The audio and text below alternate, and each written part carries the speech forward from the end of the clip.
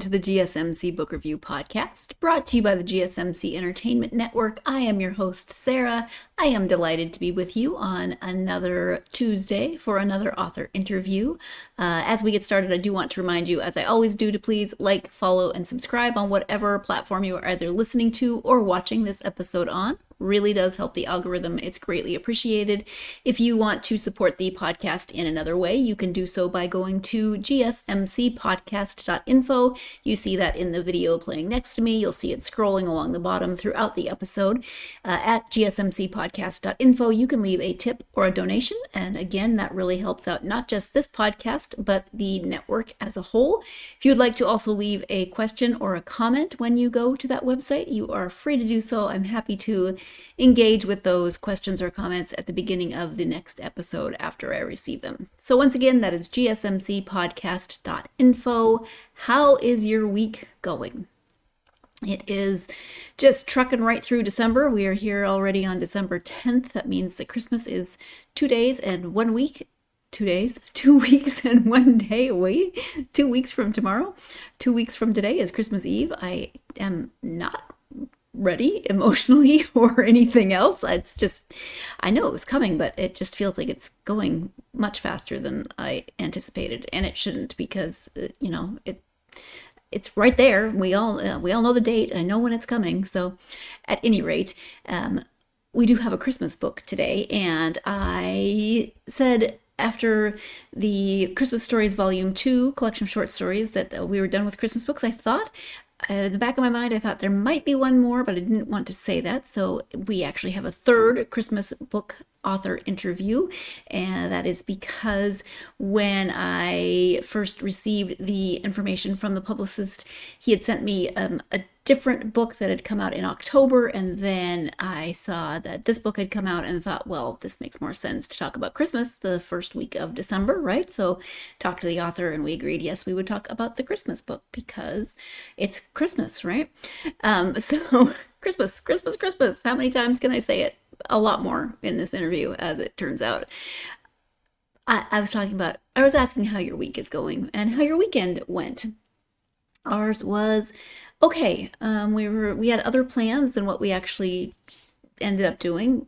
Planned on putting up the Christmas tree, and then various things happened, some out of our control, some just life. And so that didn't happen. We were going to do a quick road trip, and that didn't happen either. It's okay. Everything is fine. Just means that we didn't do the things that we had planned on doing this past weekend, which is unfortunate, but there was my husband wasn't feeling well for a variety of reasons, and so it was better to not do a road trip with someone who is not feeling up to it. And so we stayed home, and I baked some bread. I baked a cheesecake, which I first made my own Greek yogurt and my own cream cheese for, so I'm feeling very accomplished about that. And it was a productive weekend. I did an interview, which I'm about to present to you now. So let's talk about that book. I have returning guest Mark Leslie on the episode today. We are talking about his newest book, Merry Christmas, you see that word was full. Again, it's by Mark Leslie. Let me give you the description of the book.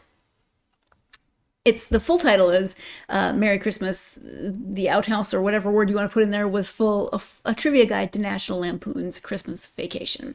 On December 1st, 1989, the world was introduced to the third and most successful sequel in the Vacation franchise, as Clark Griswold's dream of having a fun, old-fashioned family Christmas descends into a hilarious nightmare of dark comedy misadventure. Released on the 35th anniversary of the film's premiere, this book is a celebration of the movie, along with trivia and behind-the-scenes details related to Christmas Vacation, which originated from a John Hughes short story called Christmas 59, originally published in the December 1980 issue of National Lampoon magazine. If National Lampoon's Christmas Vacation is an annual must-watch film for you each holiday season, or if it's a movie you enjoy quoting from the whole year through, then you'll love this collection of fascinating details about this movie. Now, I was laughing with Mark before we started recording, because he was here last year with a similar type book. You may or may not agree that it is a Christmas movie, but we talked about Die Hard. And that movie was called Yippee-Ki-Yay Mother Effer. You know the line if you know the movie, and then you know this line if you know Christmas Vacation. And so I was joking that he likes to give me titles of books that I can't actually say on the podcast, which is fine because it gives me a chance to put in other words. And so we were throwing out options, and my brother had suggested crapper, which I don't know why. It's not my favorite. And then Mark also suggested that, and he said outhouse, and he said a couple others. But outhouse made me think that in my family, we use the word biffy for outhouse.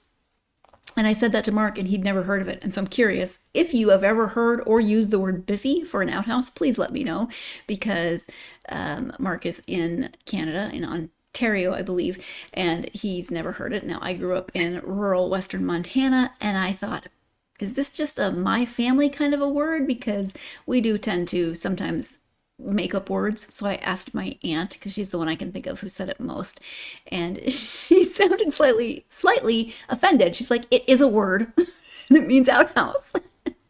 I wasn't arguing that it's a word. I just wondered where we got it.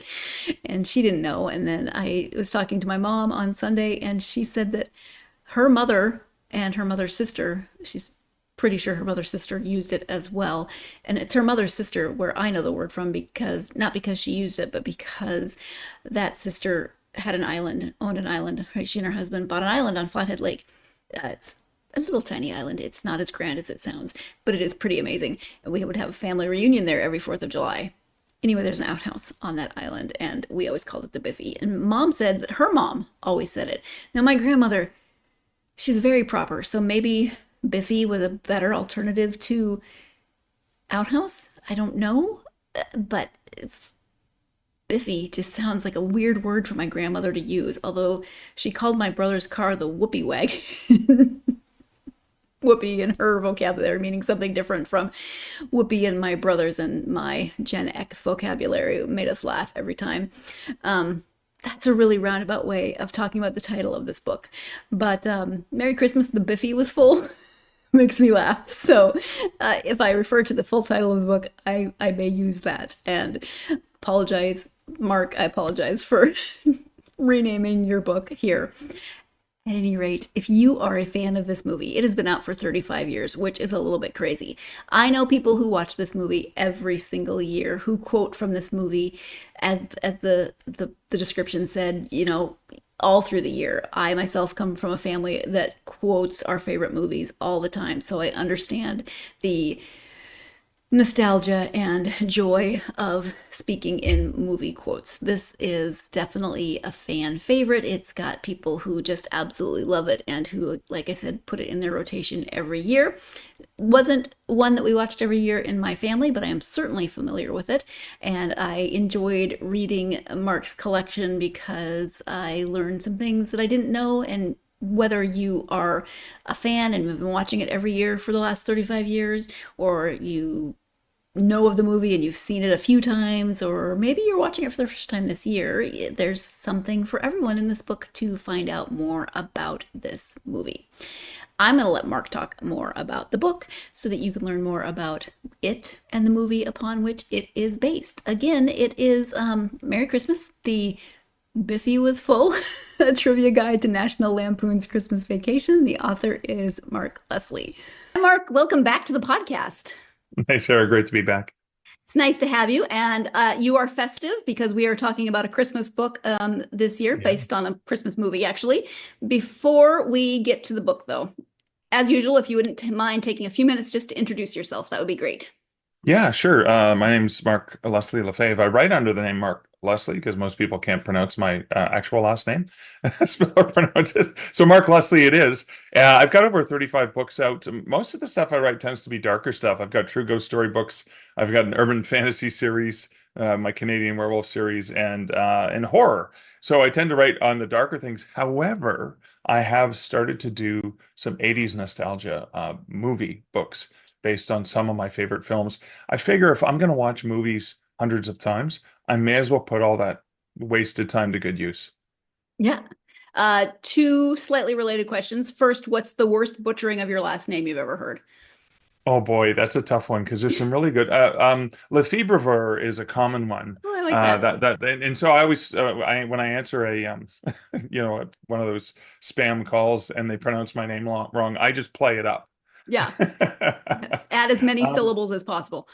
I've heard all kinds of things, and so again, I just avoided it. I made a conscious decision when I first started sending stories. About 40 years ago, I got my first rejection as a writer, realized, and I used Mark Leslie because I knew people couldn't spell or pronounce Lefebvre, and also my favorite author when I was a teenager was Piers Anthony, and I learned in his author's notes that was not his real last name. Anthony was one of his middle names. He actually had a really long, hard to spell last name. Okay. And so he just wrote under Piers Anthony. And I went, oh, Mark Leslie, that works. That works. I did not know that about Piers Anthony either. So good to know.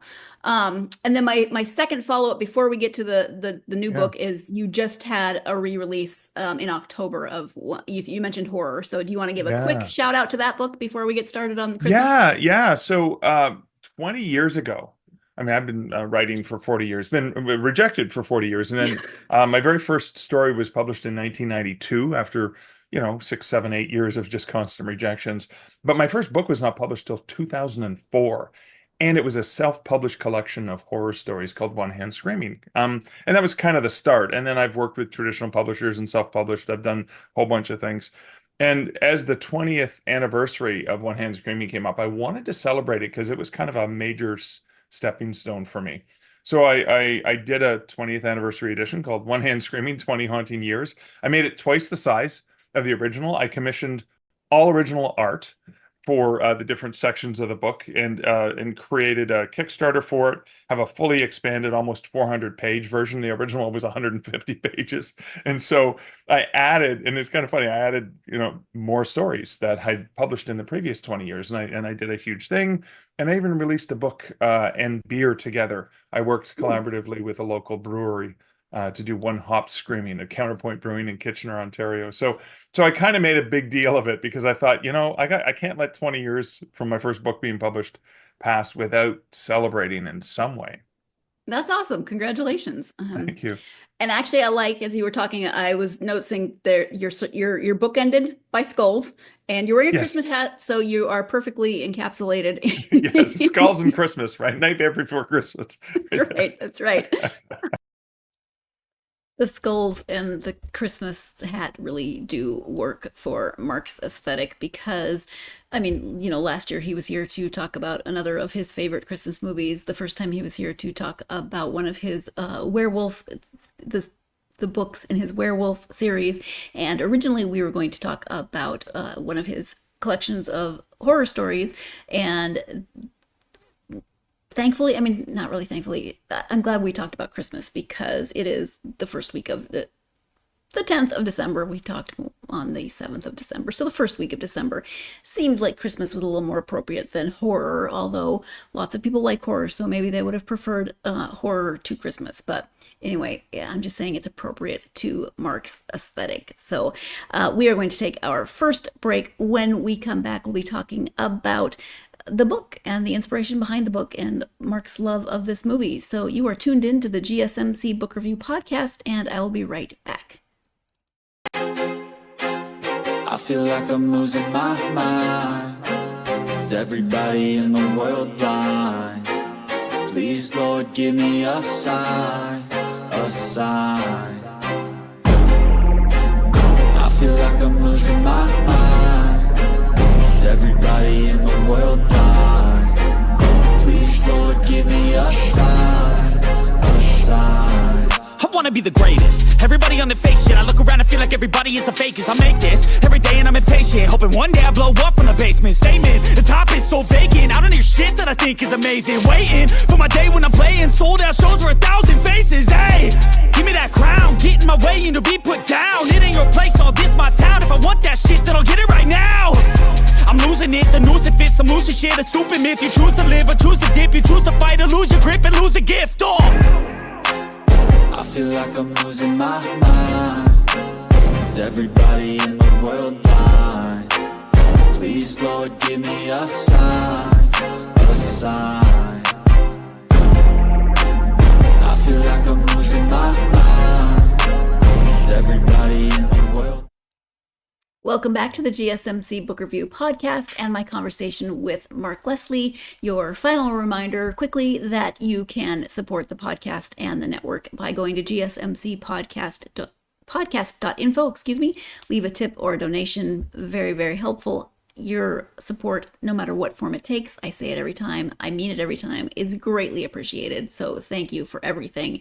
But if you do want to leave a tip or a donation, you can do so by going to gsmcpodcast.info. Before the break, I was mentioning the skulls surrounding on either side of Mark's head and his Christmas hat. So his Nightmare Before Christmas aesthetic, which I think is very appropriate. But speaking of Christmas, let's go ahead and talk about the book that we are here to talk about. The new book is Merry Christmas. It's a trivia guide to National Lampoon's Christmas Vacation, and people familiar with the movie are going to know the iconic line that Randy Quaid says as he is emptying his chemical toilet. That's the name of the book. We're avoiding saying the one word in that sentence. Merry Christmas, it's full. Yes.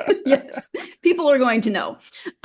So just give an overview of the book itself. So yeah, it is basically a tribute to what is definitively the most successful movie in the National Lampoon's Vacation franchise. There were 5 official movies in the Vacation franchise. The very last one was a reboot where Rusty takes his family on a trip, and it's almost like a reboot of the original movie, Vacation. But Christmas Vacation was the 3rd movie in the franchise, and it's where Chevy Chase's character, of course, Clark Griswold, wants to have a fun, old-fashioned family Christmas and host everyone, the grandparents, and everyone's there.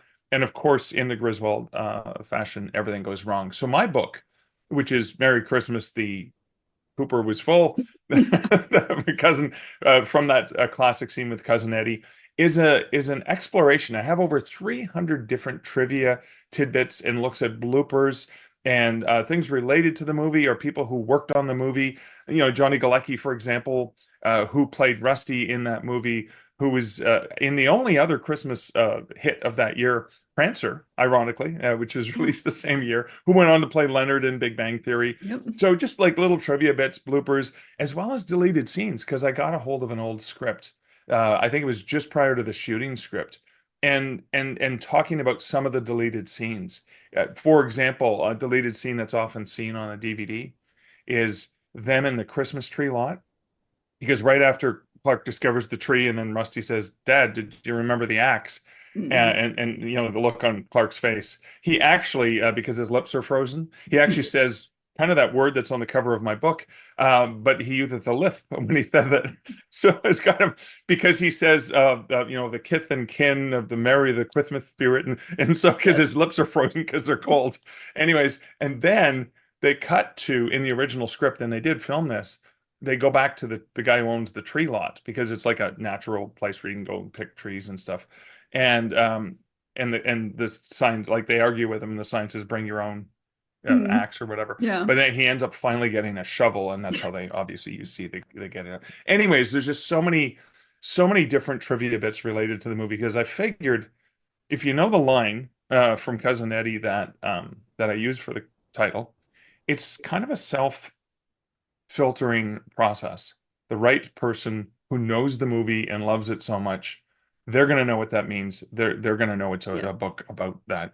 And it's just a way to celebrate a movie that, I watch every year, and I know that probably hundreds of thousands of people watch it every single year, and have, because this year, this December, 24, I should say. See, I'm already getting into planning for next year. Yeah, you're ready. The 35th anniversary. It was released in theaters December 1st. Was it 1989? I guess I couldn't do the math in my head. I just had to remember that date. Why do you want to hurt my feelings by telling me that 1989 was 35 years ago? Scary, isn't it? Yeah. Yeah. And I think even people who haven't seen the movies, which I'm sure they're out there. There are. I was just talking to a friend on my Facebook wall who might be coming to a showing of the film in town here on the big screen, who's never seen it. And I was like, oh boy, you're either in for a treat or you're going to go, what is the big deal? Right. Because it's very, that was very specific humor in the 80s, and Chevy Chase. And, so probably love it or hate it, I would imagine. But Yeah, I mean, come on, like the way he flirts and wants to have a relationship outside of his marriage and stuff like that, and yet he's still a sympathetic character. You're thinking yeah, that's kind yeah. of scuzzy. Well, he often plays that kind of Yeah, yeah. scuzzy-esque character, I but mean, it's a continuing thing in ever since the first vacation, where Christy Brinkley is driving in a mhm, car beside him, and he's making eyes at yeah, her. yeah. But I think even if people haven't seen it, they're still going to be familiar with parts of it. Like the fact that, people who put a lot of lights on their house, they often use Griswold as a verb Yeah, the or as a Griswold way to house. Yeah, describe, a Griswold house. Um, yeah, Even my husband uses that term when he wants to go all out yeah. on, I and want to it's do a not Griswold really his style. favorite movie. So Yeah. Yeah. I mean, I often will use the "You serious, Clark" line, mm, which Cousin Eddie says when Clark says, the new spotted Santa on his way from New York, that kind of stuff. There's so many lines, and the other one is the Todd and Margot, the yuppie neighbors, the pretentious neighbors next door who always get side railed by some of Clark's antics, like all of the yeah, yeah. So yeah. there's a lot of lines from the movie that are quotable. Yes. And I think we may have talked about this last year when you were on the podcast and we were talking about Die Hard, similar book for Die Hard. Yeah. You are the type of Christmas person who too. does communicate a little bit in movie quotes, yeah? Oh, all the time. I mean, my dialogue comes from Rush songs. It comes from Cheers, The Simpsons, Monty Python, and 80s films. Yeah. My brother and I think I said this, my brother and I can send entire text conversations back and forth that are nothing but movie quotes. Yeah, yeah, exactly. I mean, And I know there's something about it. And I have this weird auditory memory where, having heard something repeatedly, I know the actual dialogue. There was actually a full chapter on the dialogue. And in some cases, I include the dialogue that happened in the movie, and in other cases from the script, so people can mm, see. So Rocky, for example, little character Rocky, Cousin Eddie's little boy, doesn't say a single line in the entire movie. He right. doesn't utter anything out loud. And but in the script, he has 4 lines. Yeah. So I Which don't know I what guess, happened, that they actually cut those scenes, or just decided, well, you got to pay people more when they speak. So I don't yeah, know. yeah, or I don't know, they auditioned him, so he must have been able to speak those lines correctly, but who knows what Yeah. happened in the Yeah, for uh, example, he's the one who notices the lights in the sky and says "look" instead of "Ruby," which is what you see in the movie. And then the yeah. kids run outside first, and everyone follows them. So it's just, I mean, I get fascinated by, why did they cut this scene, and all of these different elements. And some of those scenes that were cut kind of explain something a little bit more. And even in the script, for example, a common thing that people say is, okay, when Clark's stuck in the attic, and his legs break through, and he's on the bunk bed there. And then it's kind of funny because the heat's coming up and he's kind of warming his hands over the heat coming up from below. Why didn't he just go down Yeah. through the hole? But in the script, it's only leg holes, not the full thing Oh, that okay. collapsed. So in the script, it makes sense because it's just his leg holes, and he but obviously doesn't want to break it. Right. That Worse. makes a lot more sense than him just dangling in the big hole and then going back up into the cold attic, or Yeah, and he's like stuck there until they come home. Yeah. right. Right.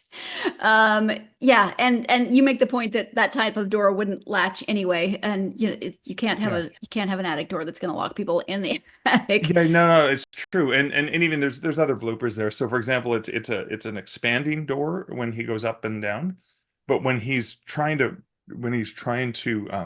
open it from up top, it's one of the collapsible ones that actually Mm, bends. So it was obviously a different prop yeah. for Well, the attic interesting. scene. As someone who has a whole list of movies that I watch every year at Christmas time and have for decades for some of them, I love that there are still things that I notice. There are still things that I'm like, how have I never seen that before? Or how have I never put that together before? So books like this, where you get to see those, maybe make some of those connections that you hadn't before, or see them from somebody else's point of view, I think are really fun.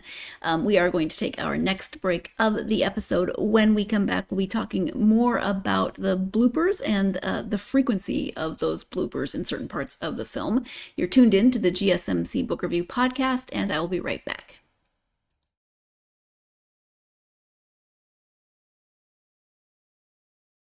For the best and latest podcasts available anywhere, go to the podcast app on your cell phone and type in GSMC to access free content-rich podcasts on health and wellness, book reviews, sports, entertainment, relationships, social media, movies, technology, finance, and even weird news. Subscribe and download the GSMC Podcast Network's family of shows, available everywhere podcasts are found.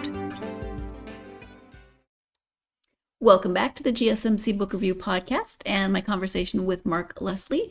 We were talking before the break. He was talking before the break about the scene in Christmas Vacation where Clark is stuck in the attic for a very long time and how many people have pointed out continuity issues with some of the things about that scene and how they were different from another version of the script. So things that you learn about how that movie could have gone. So just what we were talking about. We're going to pick up that conversation in terms of continuity and bloopers. So let's return now to that conversation. I thought it was interesting when you list all of the bloopers that there's a blooper, it seems like every 30 seconds to 2 minutes for the first, 40 minutes of the movie, and then they start spreading out more.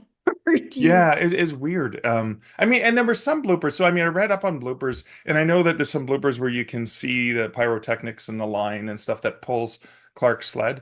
And what I did is on a big screen monitor, I watched the movie and I paused and I watched it quarter speed to try and see if I could find the things that people had indicated in different media that there's a blooper here, there's a blooper there. And there are times I couldn't see it myself, so I wasn't going to put it in the book. I needed to verify it, and I even tried to put timestamps for nerds like me who wanted to spot that. I couldn't see the wires in the snow. There might have been a wire as he was flying through that shed on his sled. There might have been, you could see a wire pulling him, but it wasn't visible to the naked eye. Like, it wasn't visible when I was just watching the scene regularly, and I watched it like 16 times. It was only when you pause it at this one little moment that you can see that. So sure. I tried to be a little bit more realistic about some of those bloopers. Yeah. So obviously you spent a lot of time kind of going, maybe not frame by frame, but in some cases, what other types of research did you do? Well, I guess research into some of the backgrounds and stuff like that. So I even did, I took a look at the entire Vacation franchise, and I did this for Die Hard too, because Die Hard was the first of a huge franchise, and I wanted to at least talk about the other movies, especially because Die Hard was based on a book, and so was one of the other books in the series. Die Hard 2 was actually based on a completely different book. And so I thought, okay, John Hughes, who wrote the script, was meant to direct it, but he was already working on Uncle Buck, so he had to turn it down. Chris Columbus, who went on to do, was it Home Alone? I'm trying to remember. I think so. He didn't get along with Chevy Chase, so he's like, I can't work with him. So he said no. And it was a Canadian, me being in Canada, it was kind of fun, is Jeremy Checkick, who directed it. It was his first film. He'd only done television commercials prior to that. So that was kind of a neat thing to see. But then, the story that the original Vacation was based on was called Vacation 58. And then John Hughes also published a story called Christmas 59. And that was the basis of the script for a film based on the same family. And it was interesting to see the callbacks to it, such as when Chevy Chase is stuck in the attic and he pulls out the film and you see Christmas 59 on the film from his childhood, from Clark's childhood, which is neat. And then so many other things, like Clark's house in the film was the same house they used in Bewitched. The house of the neighbors, Todd and Margot, was filmed because this was done on the Warner Brothers lot that they used for a lot of films. And so the neighbors, that was the from Lethal Weapon. The Murtaugh family lived in the neighbor's house. So even Chevy Chase talks about this in an interview. When they got there to do the filming, the toilet from Lethal Weapon 2 that was on the front lawn was still there on the front lawn of the neighbor's house, because that was in and again, a recent film. So there's so many fun aspects. I think one of the things I loved, there's a scene with Todd and Margot at the very end that was cut, and it was an end credit scene. So that they're all the Santa blows up and flies into the sky and stuff like that. And then Clark's out, and I did it is the last line, because he just stands there, and the Snots, the dog, is just sitting there looking at him as the camera pans back. Post-credit scene, Todd and Margot are in bed, and they're kind of like, oh, we better get to bed or Santa won't come. And they're kind of being snarky and ha ha ha, Santa won't come. And then the next thing you know is Santa comes crashing through their roof because it comes back down, and that's how it ends. And I thought that would have been, it's too bad they cut that, because that would have been a great ending. But this was back in the day when, I guess it was Ferris Bueller's Day Off was one of those first movies that had a really cool end credit scene. Again, speaking of John Hughes. So. Yeah, John Hughes' brain has got to be a very interesting place, considering just the amount of space it takes up in my brain personally, just because, prolific of the things that he's worked on. Oh yeah, I mean, he wrote this, I think, over relatively short. He wrote really, really fast. I know he wrote Planes, Trains, and Automobiles on a long weekend, and this one was written really, really quickly as well. I kind of love how he just got an idea and just rolled with it. Yeah. So I found it interesting. Something I'd never really thought about in terms of the franchise. The children are never played by the same actors. And in this one, their ages switch. So the younger one is the older sibling in this movie. And like, people just kind of roll with that. Yeah. I mean, yeah. So the characters that repeat in most of them, well, obviously, Ellen and Clark are played by Beverly D'Angelo and Chevy Chase. Cousin Eddie and Catherine do not appear in, I think it's European Vacation. It's the one they don't appear in. John Hughes brought them back because he recognized how much fun people had in the first movie, so that he wrote them back into the script. But Audrey and Rusty are played by different actors in every single film, and they switched it for this particular one.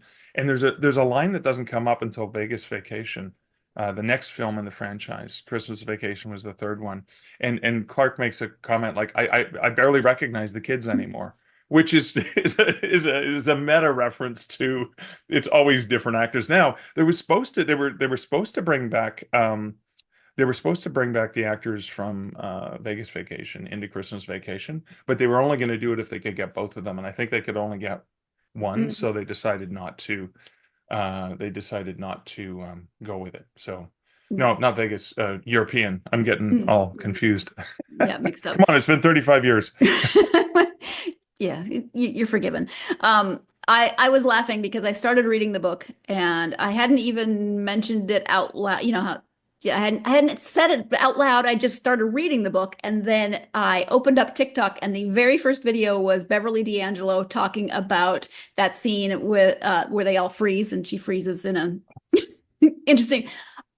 But we always say that the internet's listening, and you'll find ads for conversations you were just having. I didn't even said it out loud, and I was getting. Your webcam saw you reading the book and then put that on. Yeah, and that's interesting because like she came up with the nickname Sparky herself. Yeah. For Clark's character. And then that was a scene she thought, because they did that scene several times. And then the one scene, and I didn't notice it for years. It wasn't until probably about 5 or 6 years ago. I'm like, oh my God, that's hilarious. They asked her to freeze and she's got her hands on his crotch. Yeah. But then it's so funny because when she welcomes, I think the police officers welcome to her home, that's the only time you notice she takes her hand off the crotch, shakes the hand, and then puts her hand right back as they're told to freeze. Yeah. You would think you got to wonder if there was a conversation about that, or if they just thought it was funny because of the handshaking, or if nobody noticed. That's what made it funny, and that's what made you notice it, because there's a lot going on in the scene, and they're all frozen, so you're not really paying attention until when she shakes the hand, and then it's even funnier. Yeah. I had mentioned earlier in the episode that I almost immediately felt like after starting reading the book that I saw a TikTok video with an interview with Beverly D'Angelo, and this is the exact scene that she was talking about, was the freeze scene, and where she put her hand, and the reason that she made that choice, and then the fact that that's the take that's left in the film, I think is hilarious, especially because she does remove the hand, shake somebody else's hand, and put it back exactly where she'd removed it, which had to be interesting for everyone involved in that scene, especially Chevy Chase, whose area was involved in the hand placement. yes, I can use words other than that. I was just laughing. I was trying to come up with a better euphemism than area, and I couldn't. So genitalia, that's what it is. Crotch, whatever you want to say. Let's take a break. I think I need to refresh my brain. When we come back, we will be talking about what readers might take away, what Mark hopes readers might take away from this book of trivia. You are tuned in to the GSMC Book Review Podcast, and I will be right back.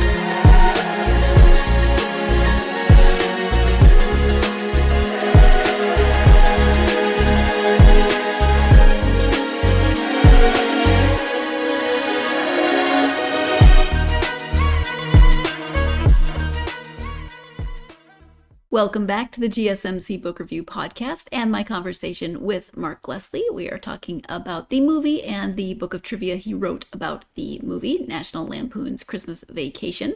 Before the break, we were talking about a scene that I just recently heard part of an interview with Beverly D'Angelo about, in terms of hand placement and the word freeze and unfreezing and refreezing. You were here, so unless you're randomly tuning in, you know what I'm talking about. Let's go ahead and return now to the conversation with Mark. So do you have a particular hope for people who read the book? Do you want, or do you just, you just know that it's a beloved classic, people are gonna, gravitate towards it if they love the book, or what are your hopes? Yeah, I'm hoping that people who already love the movie have more to love about the movie, because they may go, oh, that's an interesting thing. So for example, one of the things I had been told from numerous people over the years was that the woman who plays the young beautiful clerk in the store that Clark fantasizes about in his pool and stuff like that she was actually related to Scorsese, because her Nicolette Scorsese is her name, but she has no relation to the director at all whatsoever. And so I learned things about the film that I had always been told or assumed were wrong, and so that was kind of a cool thing. That's one of the things I think. So maybe they have an additional appreciation, or maybe they could win a bar bet, by quizzing people on trivia. And here's the other thing. There are still things that I found out about the movie that I didn't put in the book. For example, Cousin Eddie's last name, Johnson. And I didn't even know that. Now, I was listening to the special features, and even Randy Quaid's character, Beverly D'Angelo, says, "What is Cousin Eddie's last name?" He's like, "I don't know." And then somewhere else that came up, his last name's actually Johnson, because it appears in one of the movies. The last name appears in one of the movies. But then there was something I noticed in when Santa's opening his list, and I didn't notice this until I was trying to put trivia together for a radio station that I was on this week. You scroll down the list and you see obviously Griswold, then you see Griffith, 2 names up, Del Griffith, character that John Hughes wrote. Right. So, and I don't think John Hughes wrote the animation. So obviously whoever put the animation sequence together probably did it as a nod to another John Hughes written property. And that doesn't appear in the book. So as hard as I tried to put as much as I could into the book, there are other trivia bits that didn't make it in. And so I think somebody could have fun going, he missed this. Yeah. Do you have somebody that kind of helps you with, yes, leave this tidbit in, no, maybe take it out, or is that just apart from that editorial second set of eyes, sometimes there's that, well, this is boring. But again, it's really difficult, because usually the person who would edit for me may not be as big a fan, probably isn't as big a fan or know the movie. So it is difficult. They can go and they can try and find the sources and references. And I did. I tried to include as many of the references as I used at the very back of the book. So people who want more can go read from those sources. Now, I didn't annotate every single thing because sometimes a piece of trivia is in you hear it in the special features of the DVD, and it's also in an article that where Beverly D'Angelo was interviewed, and it also is, so it's difficult to nail them all because otherwise I'd have like annotations where you have like 17 footnotes for one. Right. I found this in 17 different sources. I Nobody mean, wants to I read know that. where I got it from, but I don't want to make it look too academic. I want it to be fun. I want people to be able to pop it open and say, "Oh, Brian Doyle Murphy is the older brother of Bill Murray." Yeah. Great. I don't tell you where I found that information out, but it has been verified. Yeah, and you can go on IMDb and just do a Yeah. very quick fact check on that. And that's Mr. Shirley, by the way, in the movie, for Yeah. people who don't know the actor's name. Is like, oh, Bill Murray's brother. That's cool. He's Yeah. also in the first Vacation movie.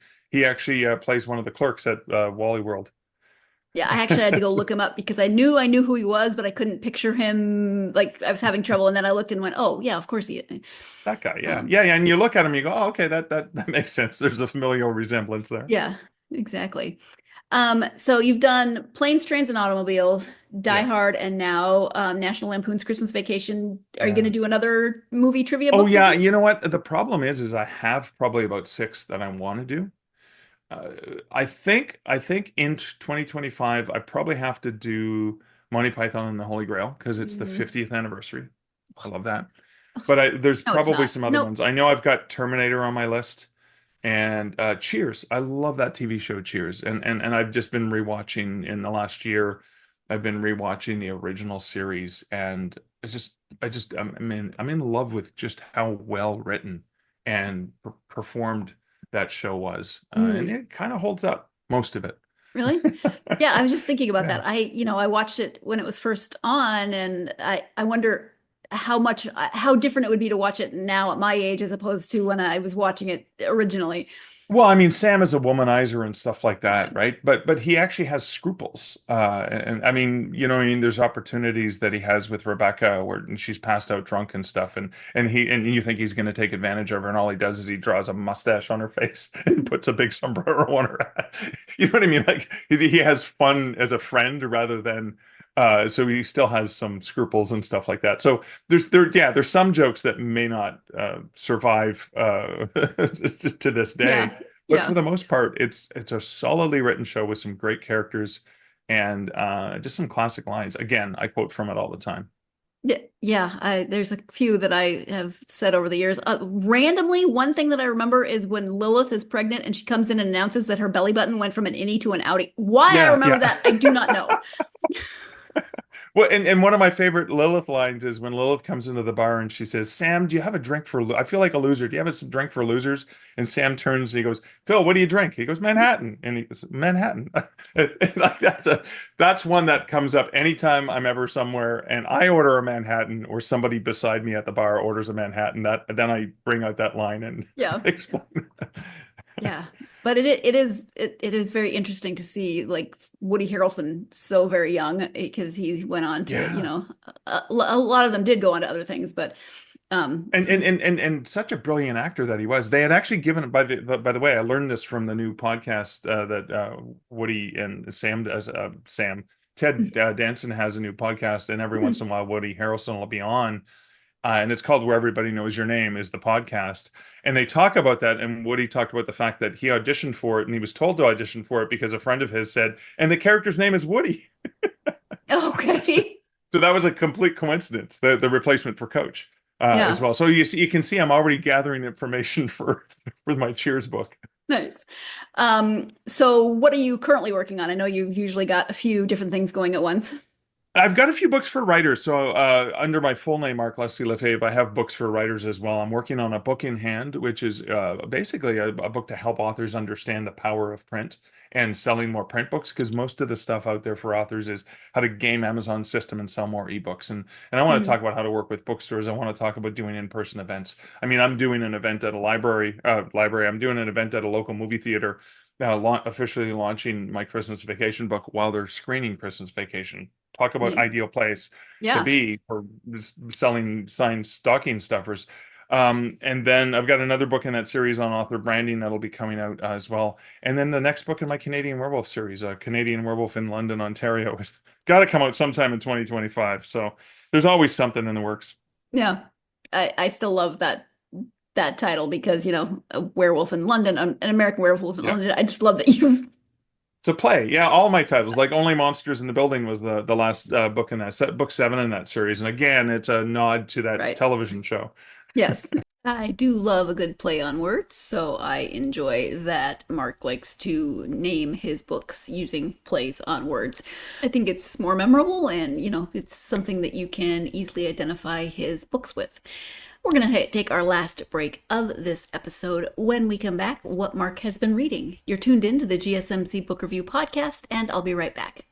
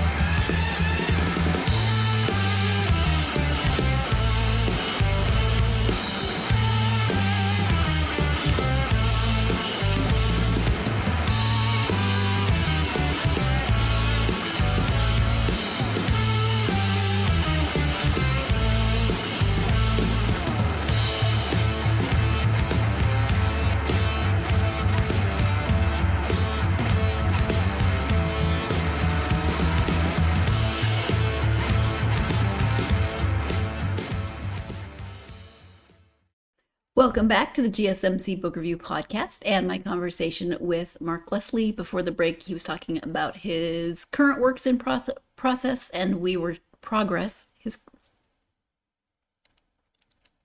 Welcome back to the GSMC Book Review Podcast and my conversation with Mark Leslie. Before the break, we were talking about some of his current works in progress, also talking about how his books often have plays on words in their titles, that will sound familiar to other popular titles you might be familiar with. Let's go ahead now and go to the conclusion of this conversation with Mark. What have you been reading? So I just finished the latest Michael Connelly, The Waiting. I absolutely loved it. Fantastic book. I'm a huge fan of Michael Connelly. I've read James by Percival Everett, I think is the author's name. And it's the retelling of Huckleberry Finn from Jim, the slave's point of view. Where did I just hear about that? Yeah, and I just finished, again, I just finished 3 different books. Sue Danvers, she has Sarah Flores, a werewolf PI. And I found her on social media and I started, that's the second book in the series, 172 Days Missing. And just having a lot of fun with that series as well. And yeah, well, I mean, then there's some nonfiction titles, but I'm always reading. Yes. Well, so you're gonna screen the movie when you're doing the book signing and everything, but have you started your other Christmas movie watching for the year?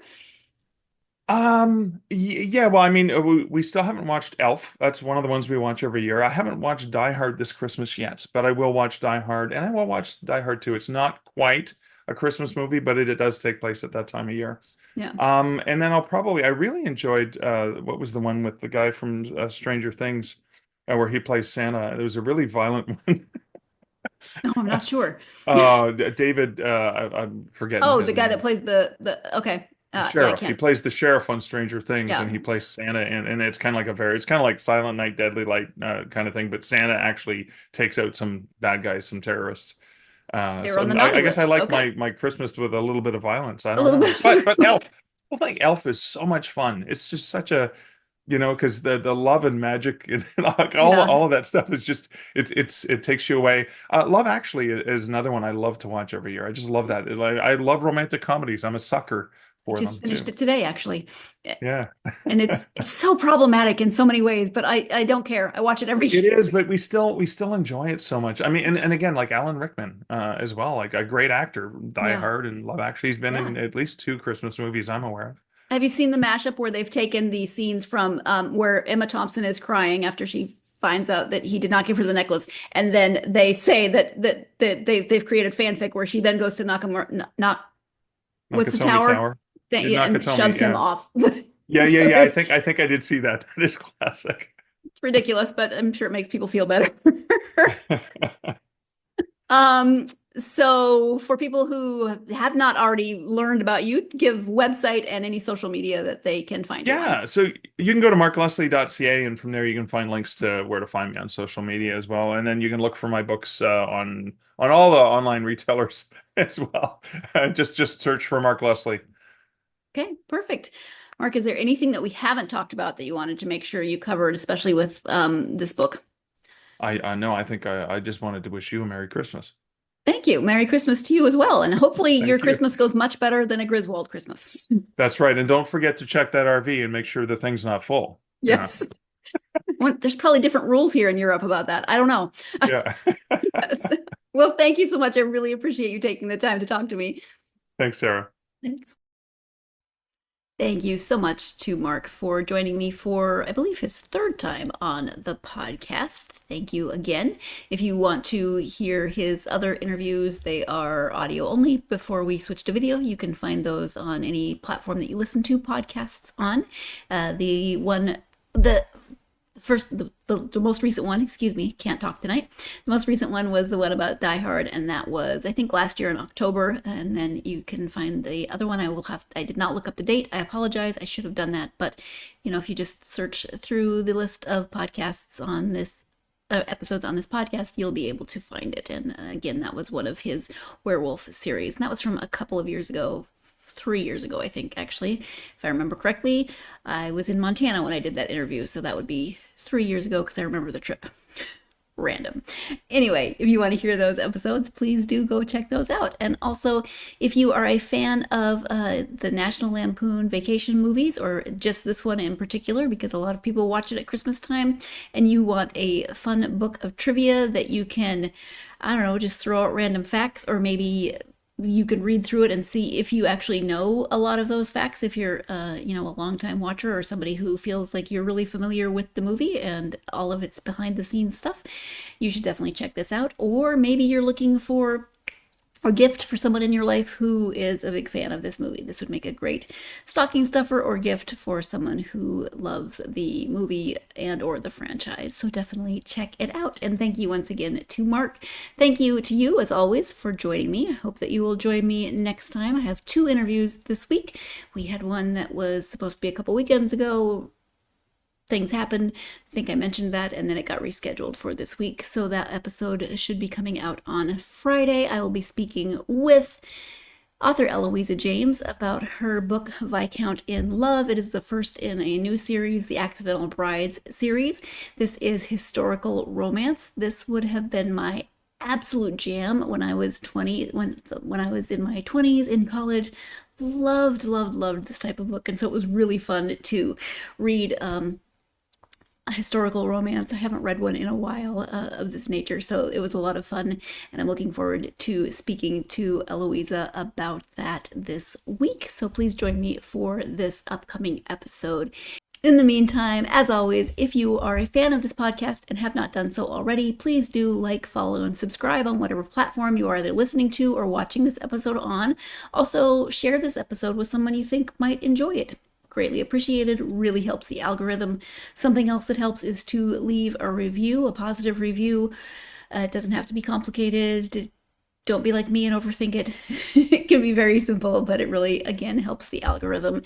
And again, your support is appreciated no matter what form that support comes in. Maybe you are on social media and would like to follow the podcast on social media, the platform of your choice. You can find the podcast on Facebook, Instagram, X, TikTok, Blue Sky. Come find the podcast. Come let me know what you're reading, what your year-end wrap-up is looking like, etc., etc. I do love hearing from you and hearing what you've read, what you have been reading, what you plan to read, what books you've read by the authors I've talked to, all of that good stuff. I hope you're having a great week. I hope that your holiday planning or decorating or shopping or whatever you have going on is going well, not stressing you out.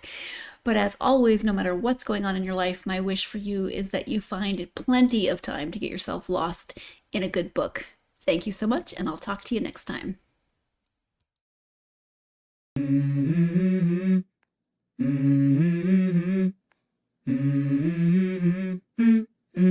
Let's go.